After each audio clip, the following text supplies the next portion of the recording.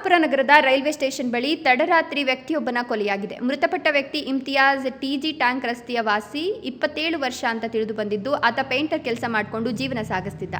5 ಜನ ಅಣ್ಣ ತಮ್ಮಂದಿರಲ್ಲಿ ಇವನೇ ಕೊನೆಯ ಹುಡುಗನಾಗಿದ್ದು, ಇನ್ನು ಮದುವೆ ಆಗಿರಲಿಲ್ಲ. ಆತ ಪೇಂಟರ್ ಕೆಲಸ ಮಾಡಿಕೊಂಡು ಕುಡಿತದ ಚಟಕ್ಕೆ ಒಳಗಾಗಿದ್ದ ಎನ್ನಲಾಗಿದೆ. ನಗರದ ಎಂಜಿ ರಸ್ತೆ ಮುಸ್ಕಿನ್ ಶವಾಲಿ ದರ್ಗಾದ ಎದುರಿನ ರಸ್ತೆಯಲ್ಲಿರುವ ಬಾರ್ನಲ್ಲಿ ಕುಡಿದು ಬಂದರೂ ಮನೆಯಲ್ಲಿ ಆತನ ಪಾಡಿಗೆ ಊಟ ಮಾಡಿ ಮಲಗಿ ಬಿಡುತ್ತಿದ್ದಂತೆ. ಯಾರ ತಂಟೆಗೂ ಹೋಗ್ತಿರ್ಲಿಲ್ಲ. ಹಣಕಾಸು ವ್ಯವಹಾರವೂ ಮಾಡಿಕೊಂಡಿರಲಿಲ್ಲ.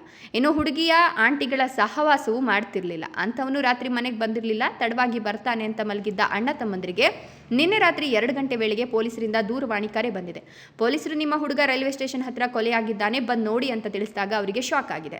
ಬೆಳಗಿನ ಜಾವ ನಗರ ಪೊಲೀಸರು ಸ್ಥಳಕ್ಕೆ ತೆರಳಿ ಮಹಜರು ಮಾಡಿದ್ದು, ವ್ಯಕ್ತಿಯ ಮುಖವೇ ಗುರುತು ಸಿಗದಂತೆ ಕಲ್ಲಿನಿಂದ ಜಜ್ಜಿ ಕೊಲೆ ಮಾಡಿದ್ದಾರೆ. ಅದು ನಡು ರಸ್ತೆಯಲ್ಲೇ ಈ ಘಟನೆ ನಡೆದಿದೆ. ನನ್ನ ತಮ್ಮನನ್ನ ಸಾಯಿಸಿದ ಜಾಗ ಕುಡುಕರ ಗಾಂಜಾ ಹೊಡೆಯೋರಿಗೆ ಅತ್ಯಂತ ಪ್ರಿಯವಾದ ಜಾಗ. ಅಲ್ಲಿ ಸುತ್ತಮುತ್ತ ಬರೀ ಹೆಂಡದ ಬಾಟಿಲ್ಗಳೇ ಇವೆ. ಅಷ್ಟಕ್ಕೂ ಎಂಜಿ ರಸ್ತೆಯಿಂದ ಅಲ್ಲಿಗೆ ನನ್ನ ತಮ್ಮನನ್ನ ಕರೆದುಕೊಂಡು ಹೋಗಿ ಕೊಲೆ ಮಾಡುವ ಅವಶ್ಯಕತೆ ಏನಿತ್ತು? ಆ ಕೊಲೆಗಡಕರು ಯಾರು ಅನ್ನೋದನ್ನ ಶೀಘ್ರವಾಗಿಯೇ ಪತ್ತೆ ಹಚ್ಚಿ ಕೊಲೆಗಡಕರಿಗೆ ಕಠಿಣ ಶಿಕ್ಷೆ ಕೊಡಿಸಬೇಕು. ಬೇರೆ ಯಾರಿಗೂ ಈ ರೀತಿಯ ಸಾವು ಬರಬಾರದು ಅಂತ ಮೃತ ಇಸ್ಮಾಯಿಲ್ ಅಣ್ಣ ಖಾಜಾ ಉಸ್ಮಾನ್ ಅವಲತ್ಕೊಂಡಿದ್ದಾರೆ. 20 ವರ್ಷ ಏಜ್ ಮದುವೆ ಇಲ್ಲ, ಲೈಫ್ ನೋಡಿದ್ರೆ ಈ ಥರ ಆಗಿದೆ. ಮನೆ ಹತ್ರ ಆ ಥರ ಯಾರೂ ಬಂದಿಲ್ಲ, ಆ ಥರ ಜಗಳ ಮಾಡಿಕೊಂಡು ಬಂದಿಲ್ಲ, ಏನೂ ಇಲ್ಲ, ಆರಾಮಾಗಿದ್ದ. ಆದರೆ ಜಾಸ್ತಿ ಹೋಗ್ತಾ ಇದ್ದಿದ್ದು ಇಲ್ಲಿ ದರ್ಗಾ ಹತ್ರ ಬಾರ್ ಇದೆ.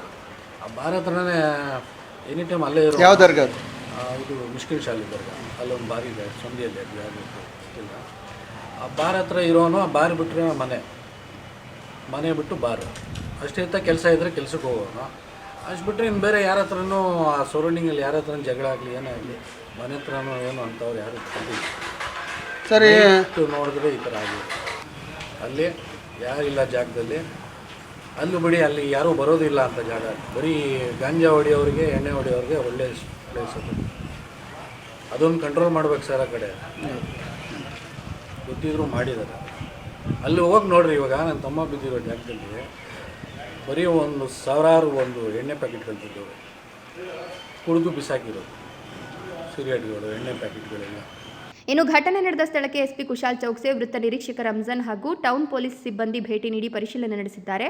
ಮೃತ ವ್ಯಕ್ತಿಯ ಶವವನ್ನು ಸರ್ಕಾರಿ ಆಸ್ಪತ್ರೆಗೆ ರವಾನಿಸಿ ಮರಣೋತ್ತರ ಪರೀಕ್ಷೆ ನಡೆಸಿ ಮೃತದೇಹವನ್ನು ಅವರ ಪೋಷಕರ ವಶಕ್ಕೆ ನೀಡಿದ್ದಾರೆ.